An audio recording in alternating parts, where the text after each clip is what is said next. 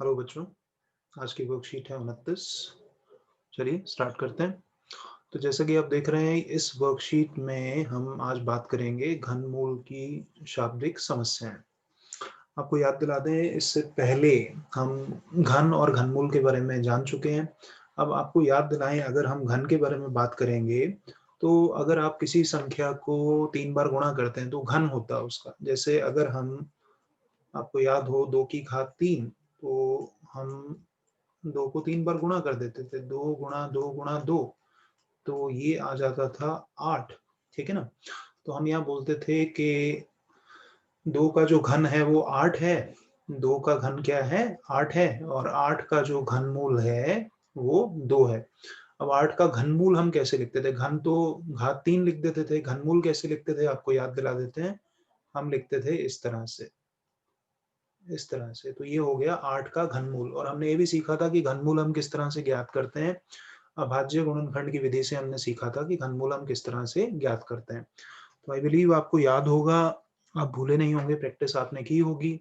चलिए बात कर लेते हैं आज की वर्कशीट की, क्या है इसमें। तो सबसे पहले आप देख रहे हैं यहाँ पर कि जो वर्कशीट है उसमें है प्रिया की कक्षा की घटना।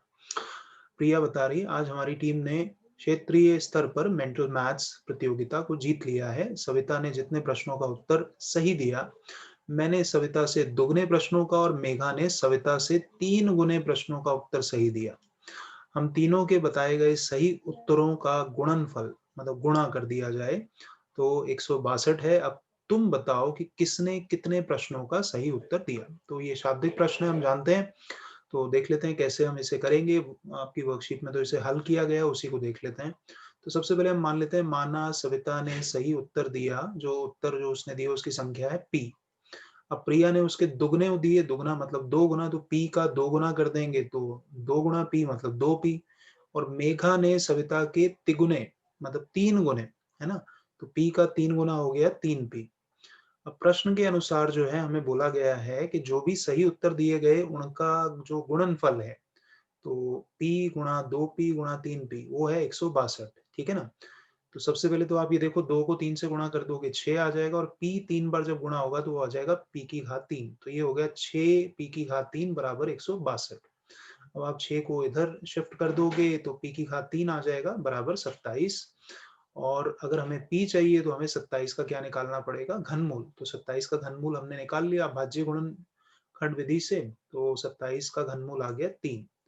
तो अब P का मान हमें पता लग गया 3 है, तो बस यहाँ रख देंगे। तो सविता ने जो सही उत्तर दिए 3, और प्रिया ने दिए 2P, तो 2 गुणा 3 बराबर 6, और मेघा ने जो दिए 3 गुणा 3 बराबर 9।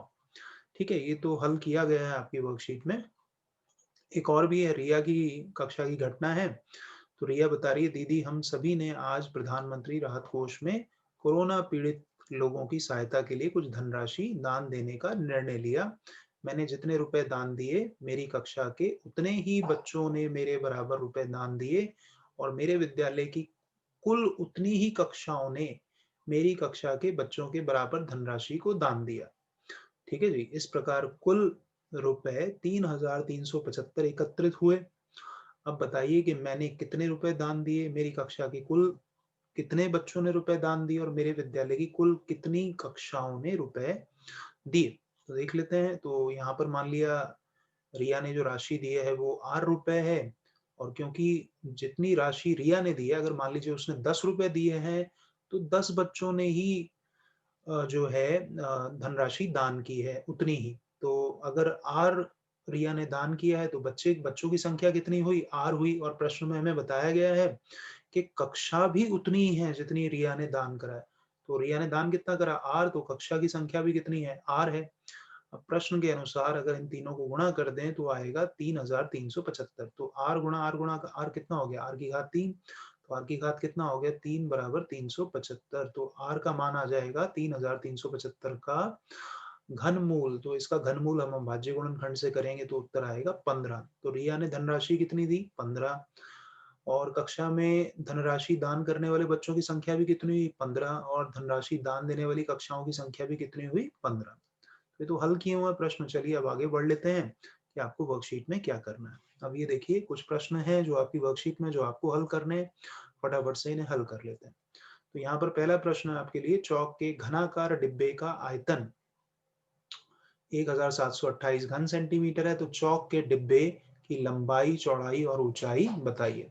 तो घन जो होता है, हमने पढ़ा है कि घन जो है उसकी लंबाई, चौड़ाई, ऊंचाई तीनों बराबर होती हैं। तो हम मान लेते हैं कि चौक के डिब्बे की लंबाई है a सेंटीमीटर। अगर लंबाई उसकी a सेंटीमीटर है तो चौड़ाई भी उसकी a सेंटीमीटर होगी और ऊंचाई भी उसकी a सेंटीमीटर होगी, क्योंकि घन की लंबाई, ऊंचाई और चौड़ाई तीनों बराबर होती है। तो आयतन कैसे निकलेगा चौक के डिब्बे का? घन का आयतन निकलता है लंबाई गुणा चौड़ाई गुणा ऊंचाई। तो ये आ गया घन का आयतन, लंबाई गुणा चौड़ाई गुणा ऊंचाई। तो लंबाई भी a है, चौड़ाई भी a है और ऊंचाई भी a है, तो आ जाएगा उत्तर हमारा a गुणा a गुणा a। तो a गुणा a गुणा a करेंगे तो कितना आ जाएगा? a की घात 3। अब आयतन तो हमें दिया हुआ है, तो यहाँ पर हम लिख देंगे, तो a की घात 3 बराबर आ गया हमारे पास 1728। हमें तो a का मान चाहिए, तो हमें क्या करना पड़ेगा? 1728 का हमें करना पड़ेगा घनमूल, ठीक है ना। तो अब इसका घनमूल यहाँ पर हम फटाफट से निकाल लेते हैं। तो 1728 पहले हम लिखेंगे और इसके अभाज्य गुणनखंड कर देंगे। तो अभाज्य गुणनखंड आप जब बच्चों करोगे तो पहले 2 से भाग हो जाएगा, क्योंकि पहली अभाज्य संख्या 2 होती है। तो 2 अट्ठे हो गया 16, 1 हासिल हो गया, 2 छेक 12 और 2 चौक 8। फिर ये 2 से भाग कर देंगे आप, तो 2 चौक 8, 2 तिया 6 और 2 दूनी 4। फिर 2 से भाग कर देंगे, तो 2 दूनी 4, 2 एकम 2 और 2 छेक 12। फिर 2 से भाग कर दें इसे, 2 से भाग करेंगे तो 2 एकम 2, 0, 2 अट्ठे 16। फिर इसे 2 से भाग कर देंगे, तो 2 से भाग करेंगे तो कितना आ जाएगा? 2 पंजे 10 और 2 चौक 8। फिर 2 से भाग हो सकता है, तो आ जाएगा 27। अब ये 2 से भाग नहीं होगा, 3 से होगा। तो 3 तिया 3 नीम हो गया हमारे पास कितना बच्चों? 3 नीम हो गया 27। तो यहाँ 9 आ गया। फिर ये 3 से भाग हो जाएगा, तो 3 तिया 9 और 3 से भाग होगा तो 3 एकम 3। तो हमने देखा था जब हम घनमूल निकालते थे तो हमें 3-3 का ट्रिपलेट बनाना होता था। ये एक ट्रिपलेट बन गया, ये भी एक ट्रिपलेट बन गया और ये भी एक ट्रिपलेट बन गया, ठीक है ना बच्चों। तो हर ट्रिपलेट में से अगर हम एक एक संख्या ले लेंगे, जैसे इसमें से हमने 2 ले लिया, इसमें से भी हमने 2 ले लिया और नीचे वाले में से 3 ले लिया, तो इनको गुणा करेंगे तो 2 दूनी 4 और 4 तिया 12। तो इसका घनमूल आ जाएगा बच्चों कितना? 12। तो इसका मतलब a का मान आ जाएगा कितना? 12। तो अगर a का मान 12 आ गया तो a क्या था हमारा? लंबाई, चौड़ाई और ऊंचाई। तो इसलिए जो चौक का डिब्बा है उसकी लंबाई, चौड़ाई और ऊंचाई तीनों कितनी आ गई बच्चों? 12 सेंटीमीटर आ गई। ठीक है बच्चों, बढ़ते हैं अगले प्रश्न की तरफ। अब अगला प्रश्न देखें। दीपक ने वृक्षारोपण समारोह में जितने पेड़ लगाए उसके दुगने पेड़ महेश ने लगाए और उसके 4 गुने पेड़ सुनील ने लगाए। तीनों के लगाए गए पेड़ों का गुणनफल 4096 है। तो बताइए दीपक, महेश और सुनील ने कितने कितने पेड़ लगाए। तो चलिए, ये भी आपके वर्कशीट के उदाहरण की तरह है। तो सबसे पहले हमने मान लिया दीपक ने पेड़ लगाए, उसकी संख्या है a। अब महेश ने उसके दुगने लगाए हैं तो a का दुगना हो जाएगा 2a और सुनील ने 4 गुने लगाए हैं, तो सुनील ने 4 गुने लगाए तो a का 4 गुना हो गया 4a। अब प्रश्न के अनुसार हमें बोला गया है कि तीनों का गुणनफल जो है, मतलब तीनों को अगर हम गुणा कर देंगे तो आ जाएगा 4096। तो देखिए यहाँ तीनों को गुणा कर दिया, तो सबसे पहले आप क्या करेंगे? 2 को 4 से गुणा करेंगे। 2 को 4 से गुणा करा 8। फिर आप क्या करेंगे? a को a से गुणा करेंगे, a का वर्ग, और फिर a से गुणा करेंगे तो a की घात 3 आ जाएगा। तो यहाँ देखिए आ जाएगा 8। 2 को 4 से गुणा करा 8 और a गुणा a गुणा a की घात 3। अब क्योंकि हमें a का मान चाहिए तो सबसे पहले तो 8 को इधर ले जाएंगे तो भाग हो जाएगा, तो a की घात 3 आ जाएगा 4096 बटा 8। तो इसको 8 से आप भाग कर दोगे, तो 8 से भाग करोगे तो आएगा 512। तो a की घात 3 अगर 512 है तो a आएगा 512 का घनमूल, और 512 का घनमूल कितना आएगा? 8। कैसे आएगा वो आपको पता है, यहाँ पर आप करके देख लो। 512 के अभाज्य गुणनखंड बना लो, 2 से भाग कर लो इसे, 2 दूनी 4, 2 पंजे 10 और 2 छेक 12। फिर 2 से भाग कर दो, 2 एकम 2, 2 दूनी 4 और 2 अट्ठे 16। फिर इसको 2 से भाग कर दो, 2 छेक 12 और 2 चौक 8। फिर 2 से भाग कर दो तो आ जाएगा आपके पास 32। फिर 2 से भाग कर दो आ जाएगा 16। फिर आप 2 से भाग कर दो तो आ जाएगा 8। फिर आप इसे 2 से भाग करोगे तो आएगा 4 और फिर आप इसे 2 से भाग करोगे आएगा 2। फिर 2 से भाग करोगे तो आएगा 1। तो ट्रिपलेट बना लो आप 2 के। ये देखो ये बन गया ट्रिपलेट, ये भी बन गया एक ट्रिपलेट और ये भी बन गया एक ट्रिपलेट। हर ट्रिपलेट में से एक एक संख्या ले ली, इसमें से 1 2 ले लिया, अगली वाले इसमें 2 ले लो, अगले वाले इसमें 2 ले लो, 2 गुणा 2 गुणा 2 बराबर कितना आ गया 8। इसलिए 512 का घनमूल कितना आया बच्चों, 8 आया, ये ध्यान रखना है, ठीक है ना। ये पहले भी हमने सीखा हुआ है। तो ए का मान आ गया, जब ए का मान आ गया तो दीपक ने कितने पेड़ लगाए भाई, ए किसके बराबर है 8 के। महेश ने कितने पेड़ लगाए 2a, तो 2 गुणा 8, 2 गुणा 8 कितना हो जाएगा 16। और सुनील ने कितने पेड़ लगाए 4 गुणा a है, a का मान 8 है, तो 8 चौक कितना हो गया 32। तो यहाँ पर आप इस तरह से आंसर भी लिख सकते हो। ये देखो आंसर लिख दिया आपके लिए। दीपक ने पेड़ लगाए 8, महेश ने पेड़ लगाए 16 और सुनील ने पेड़ लगाए 32 बच्चों। ठीक है, बढ़ते हैं अगले प्रश्न की तरफ। तो अगला प्रश्न क्या है, अगला प्रश्न है कि आप पढ़ रहे हैं आपके सामने, एक शहर के एक उत्पादन केंद्र में जितने कोरोना टीकों का उत्पादन 1 घंटे में किया जाता है, उतना ही एक कोरोना के टीके का मूल्य है। मतलब अगर मान लीजिए 1 घंटे में 10 जो है टीके बनते हैं, तो टीके का दाम भी 10 है ना। तो उतने ही उत्पादन केंद्र उस शहर में है, मतलब तीनों चीजें बराबर हैं कि 1 घंटे में जितना उत्पादन किया जा रहा है टीकों की संख्या का, वो जितना दाम है वो, और जितने उत्पादन केंद्र हैं वो तीनों बराबर हैं। तो शहर के द्वारा 1 घंटे में उत्पादित कोरोना के टीकों का कुल मूल्य 2 करोड़ 70 लाख रुपए है। तो बताइए कि कोरोना के एक टीके का मूल्य कितना है, उस शहर में कितने उत्पादन केंद्र हैं, वह 1 घंटे में उत्पादन केंद्र में कितने टीकों का निर्माण होता है। तो ये भी प्रश्न हमने देखा था, उदाहरण में था ऐसा। देख लेते हैं। सबसे पहले मान लिया उत्पादन केंद्रों की संख्या है ए।